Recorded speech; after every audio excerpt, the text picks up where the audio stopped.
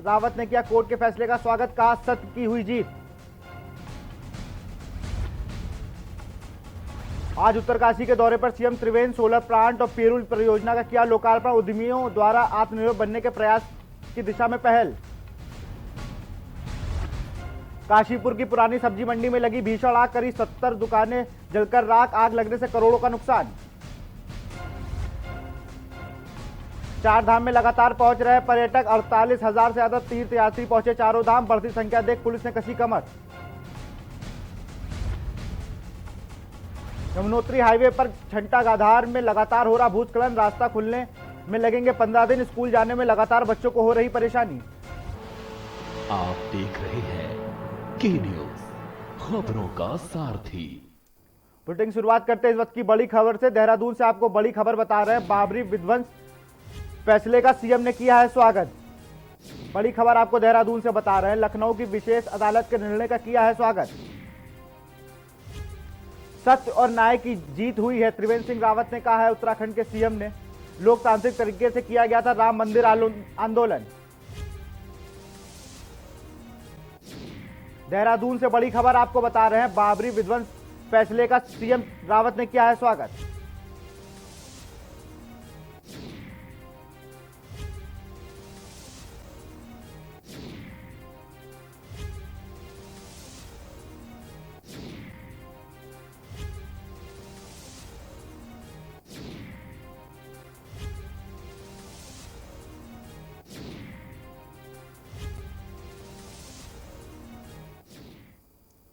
खबर उत्तरकाशी से है, जहां आज सीएम त्रिवेंद्र सिंह रावत चिन्या सिसौड़ टिपरी गांव पहुंचे। सीएम ने गांव पहुंचकर स्वरोजगार के तहत 200 मेगावाट क्षमता के सोलर प्लांट का लोकार्पण किया। इसके बाद सीएम ने डूंडा विकास खंड के चौकन गांव में तैयार पेरूल प्लांट का भी लोकार्पण किया। उद्यमी व स्थानीय निवासी अमोद पवार इस प्लांट को संचालित कर रहे हैं। अमोद पवार ने बताया कि सोलर प्लांट से प्रतिदिन 4 से 5 हजार की आमदनी हो रही है। इस दौरान सीएम त्रिवेंद्र सिंह रावत ने सोलर प्लांट के प्रोजेक्ट को बेरोजगार युवाओं के लिए प्रेरणा स्रोत बताया है। कार्यक्रम के दौरान सीएम ने यमुनोत्री क्षेत्र के लोगों को संबोधित करते हुए कहा कि उत्तराखंड में चीड़ पर्याप्त मात्रा में है। चीड़ से प्राप्त लीसे से 17 प्रकार के आइटम बनते हैं, जो रोजगार के सबसे बड़े साधन बन सकता है। वहीं स्वरोजगार के लिए फार्मिंग कॉन्सेप्ट की लागत 1000 करोड़ पर रखी गई है।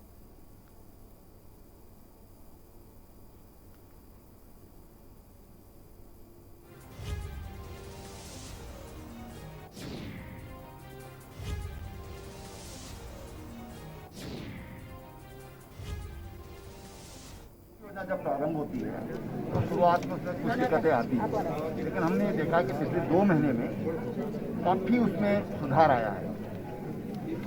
बैंकों पर हम लगातार दबाव बनाए हुए हैं और बैंक धीरे धीरे सरकार को सहयोग करने की स्थिति में आए हैं। लेकिन जो योजना मैंने आपको बताई, जो सोलर स्वरोजगार योजना है, इसमें बैंक को कोई तकलीफ नहीं होगी। सीमांत जनपद के उद्यमियों द्वारा आत्मनिर्भर बनने की दिशा में किए जा रहे प्रयासों को देखने के लिए मुख्यमंत्री त्रिवेंद्र सिंह रावत उत्तरकाशी पहुंचे। वह यहां पे इंदिरा टिपरी गांव में स्थापित 200 किलोवाट के सोलर पावर प्लांट व चौकन धानेरी में 25 किलोवाट के पेरूल प्लांट का लोकार्पण किया। सीएम सुबह ही 9:30 बजे हेलीकॉप्टर से चिन्यालीसौड़ हाईवे हवाई अड्डे पहुंचे, जहां उनका यमुनोत्री विधायक केदार सिंह रावत ने और कार्यकर्ताओं ने स्वागत किया। यहां से वह इंदिरा टपरी गांव पहुंचकर सोलर पावर प्लांट का लोकार्पण किया। इसके बाद वह दोपहर 12:30 बजे चकोन धनारी पहुंचकर पेरूल पावर प्लांट का लोकार्पण किया। उसके साथ गंगोत्री विधायक गोपाल रावत, ऊर्जा मंत्री राधिक झा एवं अपर सचिव डॉक्टर नीरज खेरवाल आदि अधिकारी भी मौजूद रहे, जिसके साथ ही अपराह्न 1:25 पर कार द्वारा प्रस्थान, ग्राम चौकन से 2:10 पर आगमन, मातली आईटीबीपी हेलीपैड के तत्पश्चात 2:40 बजे हेलीकॉप्टर द्वारा देहरादून के लिए प्रस्थान किया।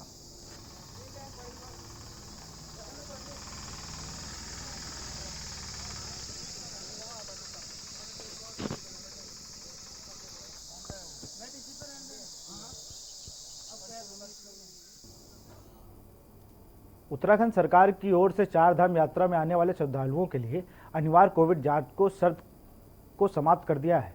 वहीं देवस्थानम प्रबंध बोर्ड की ओर से एसओपी भी जारी कर दी गई है। जिस पर कांग्रेस ने सवाल खड़े किए हैं। कांग्रेस विधायक मनोज रावत ने सरकार के निर्णय को दुर्भाग्यपूर्ण बताते हुए सरकार के इस फैसले पर पुनः विचार करने की मांग की है।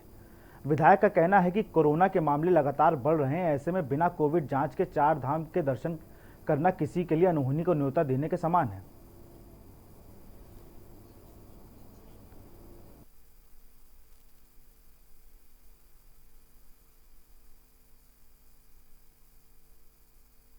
हम तो पहले दिन से कह रहे हैं कि बद्री और केदार की परंपरा दक्षिण भारत के पुजारियों की है।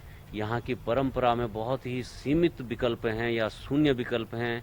अगर भगवान न करे कुछ अगर वहाँ हो जाता है, महामारी फैलती है, तो बहुत बड़ा नुकसान हमारी परंपरा को होगा। इसका खामियाजा, इस बहुत बड़ी बदनामी न केवल धामों की होगी बल्कि राज्य सरकार की भी होगी, उत्तराखंड की होगी। लालकुआं नगर पंचायत क्षेत्र के विस्तारीकरण को लेकर नगर पंचायत संघर्ष समिति के लोगों ने क्षेत्रीय विधायक नवीन डुमका को ज्ञापन सौंपा और लालकुआं से लगे क्षेत्र जिसमें संजय नगर, हाथी खाना खड्डी मोहल्ला, बजरी company, Rajiv Nagar, Bengali colony, Nagina colony, 25 एकड़ झोपड़ पट्टी कॉलोनियों को लालकुआं नगर पंचायत में शामिल करने की मांग रखी है, जिसमें इन क्षेत्रों के विकास हो सके और लोगों को मूलभूत सुविधाएं मिल सके। ऐसे में कई समय से क्षेत्र के लोग नगर पंचायत की मूलभूत सुविधाओं से वंचित हैं, लेकिन क्षेत्र के लोगों का दुर्भाग्य इतना खराब है कि इनको आज तक नगर पंचायत में शामिल नहीं किया गया है। लालकुआं नगर पंचायत का विस्तारीकरण का प्रस्ताव पिछली बार भी सरकार तक सक्षम तरीके से पहुंचा था, लेकिन नहीं हो पाया। पुनः जैसी अभी चर्चा हुई तो मैं और पूर्व चेयरमैन पवन चौहान जी माननीय मुख्यमंत्री से विस्तार से मिले। उनके निर्देश के बाद जो है सचिव आवास जो हैं, जो इसको देखते हैं, उनसे प्रत्येक बिंदु पर गहरी डिस्कस हुई है। अपनी संस्कृति के साथ भेज दूंगा, क्योंकि यही एक उसका सिस्टम होता है। समिति के नेतृत्व में हम लोगों ने आज माननीय क्षेत्रीय विधायक श्री नवीन डुमका जी को ज्ञापन दिया है। उनसे वार्ता भी हुई है।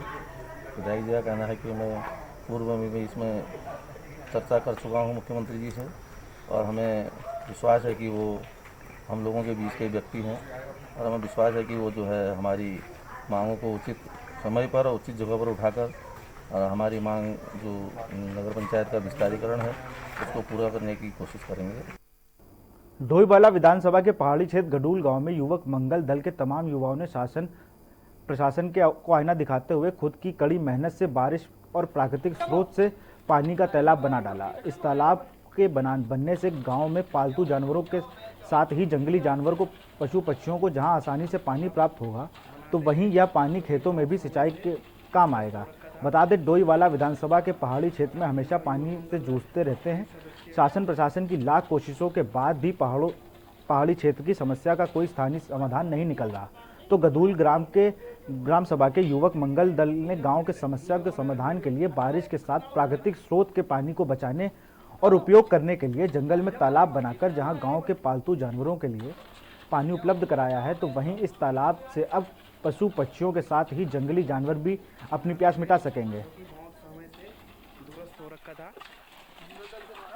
और आज युवक मंगल दल के सदस्य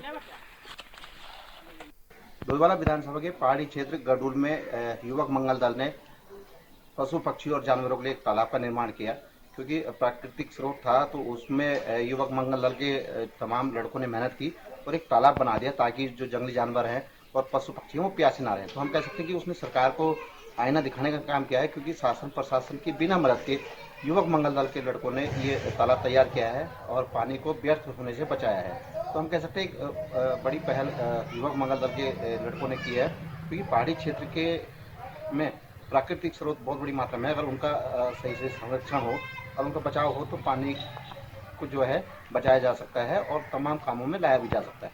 राजकुमार के न्यूज। नेपाल सीमा से लगे झनकैया थाना पुलिस ने वाहन चेकिंग के दौरान एक युवक को 315 बोर के तमंचे व एक जिंदा कारतूस के साथ गिरफ्तार कर लिया। आरोपी युवक संतोष राणा खाटिमा के भाड़ा भुड़िया गांव का निवासी है। वहीं पुलिस की पूछताछ में आरोपी युवक ने तमंचे को यूपी के पलिया इलाके से खरीदा बताया है। वहीं झनकैया थाने के एसआई ललित पांडे के अनुसार पुलिस ने झनकैया चौराहे में चेकिंग के दौरान बाइक सवार एक युवक को 315 बोर के तमंचे व जिंदा कारतूस के साथ गिरफ्तार कर लिया। आरोपी युवक ने पूछताछ में दोस्तों में रौब गांठने हेतु यूपी से तमंचा खरीदे जाने की बात कबूली। आरोपी युवक के खिलाफ आर्म्स एक्ट के तहत मुकदमा दर्ज कर उसके माननीय न्यायालय के सामने पेश किया जा रहा है।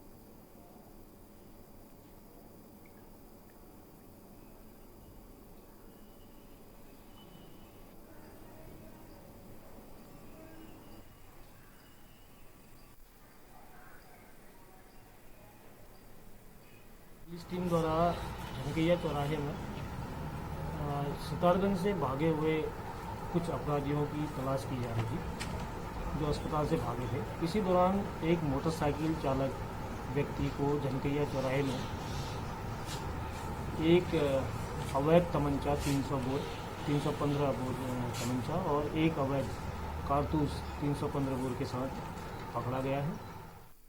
नैनीताल के स्टाफ हाउस में गुलदार की दहशत से नगरवासी सहमे हुए हैं। स्थानीयों की माने तो 3-4 दिन से स्टाफ हाउस के हर रोज रात में गुलदार घूमते हुए नजर देखा गया, जो सुबह तड़के और रात होते ही उनके घरों के आंगन में आ जाता है। अब तक गुलदार 2 कुत्तों को अपना निवाला बना चुका है। गुलदार की दहशत से स्टाफ हाउस में 10 बजते ही अधिकांश लोग अपने घरों में दुबकने को मजबूर हैं, जबकि छोटे बच्चों को शाम होने से पहले ही घर में के अंदर कैद कर दिया जाता है। लोग रात को अकेले जाने से बच रहे हैं। ज़रूरी काम पड़ने पर वह झाड़ू अपने घरों में आ जा रहे हैं, झुंड में अपने घर आ जा रहे हैं। सीसीटीवी फुटेज में कैद गुलदार मुख्य मार्ग में घूमते हुए घर के आंगन में आराम से टहलते हुए दिखाई दे रहा है।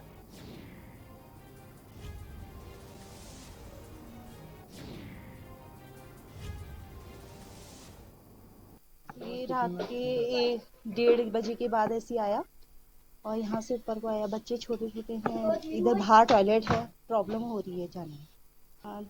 तीसरा दिन है, इतने दिन से रोज गुलदार आ रहा है, टॉयलेट हमारा बाहर है तो प्रॉब्लम हो रही है। बच्चे रात के जैसे 6-7 बजे से अंधेरा हो रहा है तो बाहर आने में डर लग रही है। काशीपुर में अज्ञात कारणों से पुरानी सब्जी मंडी में देर रात भीषण आग लग गई। देखते ही देखते आग ने मंडी के 70 से अधिक दुकानों को अपनी चपेट में ले लिया। आग की उड़ती लपटों को देखकर पूरे क्षेत्र में अफरा तफरी मच गई। सूचना पर दमकल के वाहन मौके पर पहुंचे, लेकिन तंग गलियों की वजह से आग को काबू करने में उन्हें काफ़ी मशक्कत करनी पड़ी। आग लगने के बाद एक करके सिलेंडर फटने की जोरदार आवाज़ से लोग दहल गए। धमाके की आवाज़ दूर दराज के कई इलाकों में भी सुनी गई।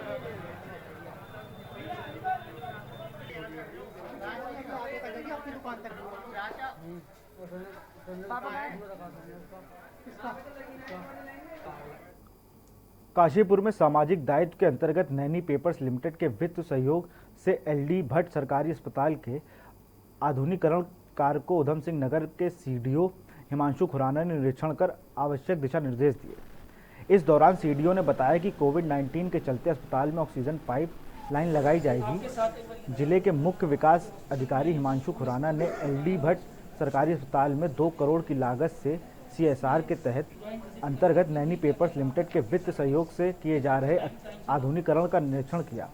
इस दौरान उन्होंने बताया कि नैनी ग्रुप द्वारा अस्पताल को आधुनिकीकरण किया जा रहा है। साथ ही बताया कि कोविड-19 को देखते हुए बहुत जल्दी 95 बेड के अस्पताल के सभी वार्डों में ऑक्सीजन पाइपलाइन बिछाई जाएगी। उन्होंने बताया वह इस व्यवस्था की तैयारी को देखने आज यहां आए थे। इस दौरान उन्होंने अस्पताल के सीएमएस डॉक्टर पीके सिन्हा और नैनी ग्रुप के पवन अग्रवाल से आवश्यक जानकारी जुटाई।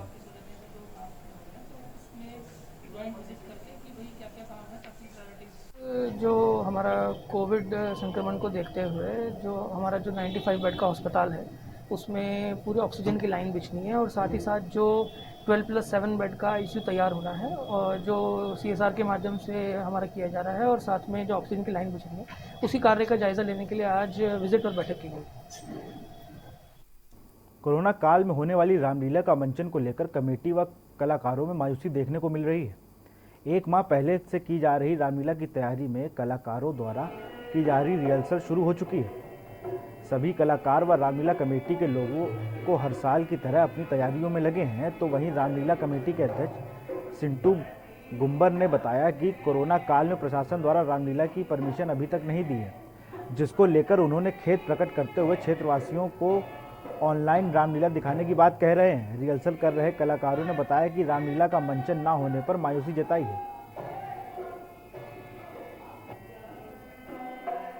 विषय है ये, विगत कई वर्षों से हमारी बहुत पुरानी संस्था है और यहाँ हम भगवान श्री रामचंद्र जी का जीवन चरित्र प्रस्तुत करते हुए आए हैं और आगे भी हमारी इच्छा यही है कि हम जिस तरीके से मतलब क्या कहते हैं, हम चाहते हैं, कोरोना काल का समय चल रहा है, कई चीज़ों को देखते हुए हम बड़ा थोड़ी दूरी सहित मतलब कुछ लोगों के साथ ही सीमित संख्या में रिहर्सल प्रारंभ कर दी हमने।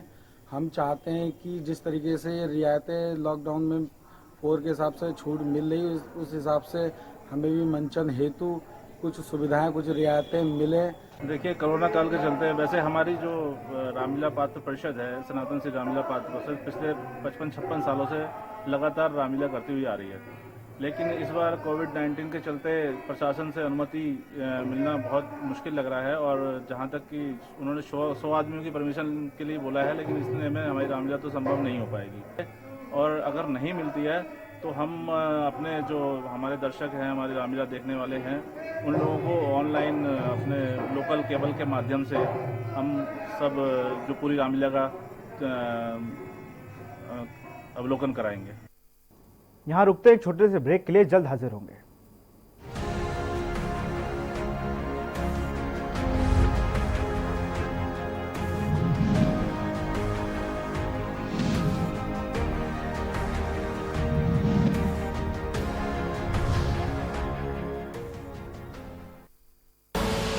आप देख रहे हैं के न्यूज, खबरों का सारथी। नमस्कार। हम सब 2 करोड़ दिल्ली वासियों ने मिलके बड़ी मुश्किल से कोरोना को कंट्रोल किया है। अब हमें इसे बढ़ने नहीं देना।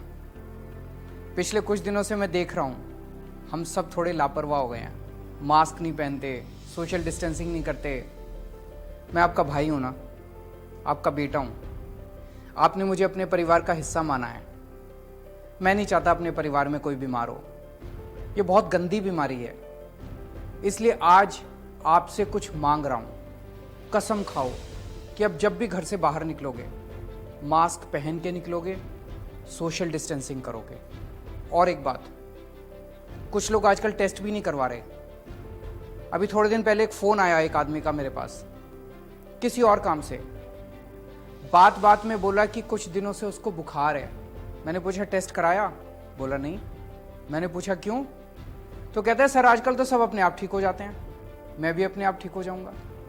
मतलब ये कोई बात हुई? मैं तो दंग रह गया। आपको पता है इस तरह से वो आदमी अपनी जान खतरे में डाल रहा है और अपने आसपास के, अपने परिवार के लोगों को भी कोरोना कर देगा। प्रॉब्लम क्या है? दिल्ली सरकार ने टेस्ट मुफ्त कर रखे हैं। दिल्ली में जगह जगह टेस्ट हो रहे हैं, तो फिर क्यों नहीं टेस्ट करवाते? अगर आपको कोई भी सिम्टम हो या फिर आप किसी ऐसे व्यक्ति के संपर्क में आए जिसे कोरोना है, तो जाके टेस्ट करवाओ। आप स्वस्थ रहें, अपने सबके परिवार में सब लोग सुखी रहें, ऐसी प्रभु से प्रार्थना है। जय हिंद।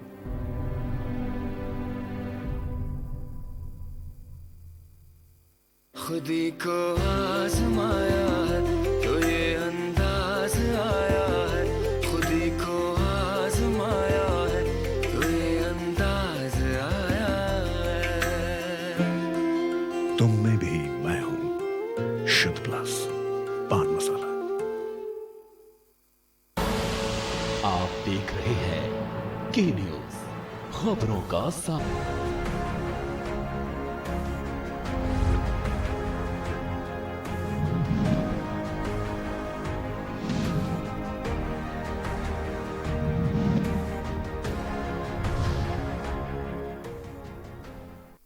ब्रेक के बाद आपका स्वागत है। बढ़ते हैं खबरों की ओर। खबर सितारगंज से है, जहां शक्ति फार्म ने पुलिस ने 2 दिन पहले चोरी किया गया सिंडे बरामद कर लिया है। पुलिस ने 3 चोरों को गिरफ्तार किया है।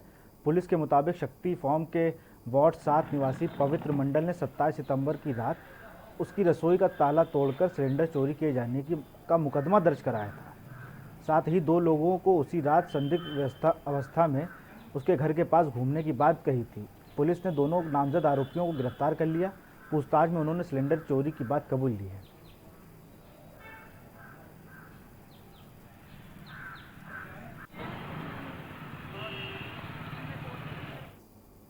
नैनीताल के सीमा पर्वती गांव नारायण नगर के समीप 4 खेत में लगभग 10 फुट लंबे किंग कोबरा और 7 फीट लंबे घोड़ा पछाड़ के बीच खूनी संघर्ष देखने को मिला है, जिसका स्थानीय निवासियों ने वीडियो बनाकर सोशल मीडिया पर तेजी से वायरल किया जा रहा है। प्रत्यक्षदर्शियों के मुताबिक 4 खेत के समीप मुख्य सड़क के किनारे काफी देर तक घोड़ा पछाड़ और किंग कोबरा के बीच खूनी संघर्ष चलता रहा, जिसकी खबर मिलते ही सांपों की लड़ाई देखने के लिए मौके पर स्थानीय लोगों की भीड़ जमा हो गई। भीड़ के लगते ही अजगर और कोबरा जंगल में गायब हो गए। वहीं स्थानीय लोगों का कहना है कि उन्होंने क्षेत्र में पहली बार इतना लंबा किंग कोबरा देखा है।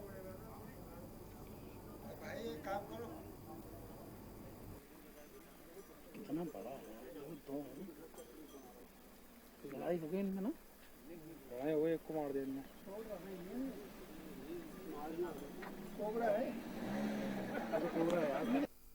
काफ़ी भीड़ लगी थी सर, काफ़ी लोग जमा हो गए वहाँ पर। हमने तो कभी देखे नहीं है और किंग कोबरा हमने कभी पहली बार सुना है, यहाँ पर देखा है करके, लेकिन देखा नहीं था कभी भी, पहली बार देखा। और ये काफ़ी नज़दीक है हमारे घर से, गांव से काफ़ी नज़दीक। किंग कोबरा था, एक घोड़ा पछाड़ था, इनकी चली 1-1.5 घंटे तक लड़ाई चली। बस उसको पर फिर वो सांप ने खाया, फिर वहाँ पर न छुपे था। अभी भी वही है शायद सांप, पता नहीं सांप का कहाँ है। हाँ, यहाँ पहली बार देखा है। खबर नैनीताल से है। सरोवर नगरी नैनीताल के नगर सैलानियों की संख्या में इजाफा और कोरोना संक्रमण की सुरक्षा को मद्देनजर खाद्य विभाग सक्रिय हो गया है। खाद्य आपूर्ति निरीक्षक अश्विनी कुमार ने पंत पार्क में खुले खाद्य सामग्री बेचने वाले फल कारोबारियों से बात कर उन्हें दिशा निर्देश देते हुए सभी खाद्य पदार्थों सामग्रियों को ढक कर रखने के आदेश दिए हैं। साथ ही दुकान के पास कूड़ेदान रखने का सख्त आदेश दिया है। उन्होंने 1 महीने के भीतर आधुनिक टेक्निक से बने ठेले का निर्माण करने को भी कहा है, जिसमें खाद्य सामग्री में किसी प्रकार की धूल व मक्खी मच्छर ना पहुंच सके। सभी खाद्य सामग्री विक्रेताओं को सख्त निर्देश देते हुए कहा कि यदि निरीक्षण के दौरान किसी भी दुकान पर किसी भी प्रकार की अनियमितताएं पाई गई तो खाद्य सामग्री खुले में रखी पाई गई तो उसके खिलाफ कार्रवाई की जाएगी।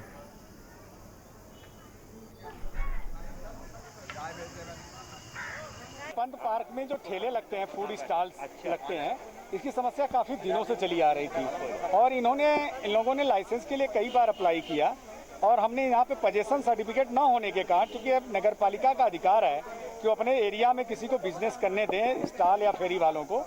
तो अब मेरा ये विचार है कि जिनको मिल चुका है फूड का एथराइजेशन, वो अपने ठेले को मॉडर्न तरीके से, फूड सेफ्टी के पॉइंट ऑफ व्यू से हाइजेनिक तरीके से उस ठेले को निर्माण करें। केदारनाथ धाम के तीर्थ पुरोहित संतोष त्रिवेदी का भोलेश्वर महादेव में विगत 17 दिनों से अर्धनग्न अवस्था में केदारनाथ धाम की विभिन्न समस्याओं के निराकरण के लिए चल रहा है धरना।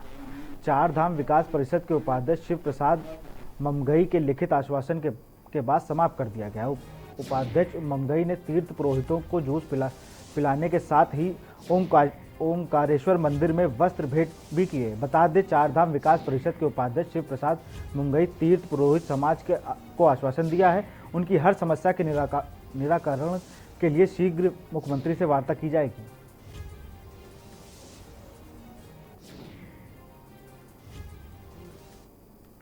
संतोष जी जून से बैठे हुए थे अनसनी में, बोलूं नग्न अवस्था में, अर्धनग्न अवस्था में बैठे हुए थे। तो केदारनाथ में स्वास्थ्य बिगड़ने पर जो है ये ऋषिकेश गए और अपने स्वास्थ्य लाभ के बाद यहाँ आए तो भोलेश्वर मंदिर में बैठे हुए थे अर्धनग्न अवस्था में। और आज जो है हमने उनसे जब निवेदन किया और कहा कि आप भाई तुम्हारी जो मांगे हैं वो पूरी होंगी, उसकी हम कोशिश करेंगे। पहले तो ये है कि कहीं पर भी हमने तुम्हारी हक-दायरे पर छेड़छाड़ नहीं करी, लेकिन आपकी मांग भी है, आप इस तरह से मत बैठो। सारा समाज जो है परेशान है आपके पीछे। तो अन्य सामाजिक लोगों ने भी कहा, मेरे साथ में जो है माननीय पूर्व विधायक श्रीमती जो बहुत अच्छी जुझारू महिला हैं। मैं उखे मठ ओंकारेश्वर मंदिर से आचार्य संतोष त्रिवेदी। मेरा देवस्थानम बोर्ड के विरोध में और मास्टर प्लान के विरोध में अर्धनग्न अवस्था में 12 जून से और आज 29 सितंबर तक जारी रहा। फिलहाल इस बुलेटिन में इतना ही। दीजिए मुझे इजाजत, आगे देखिए सुबह बोलेगा।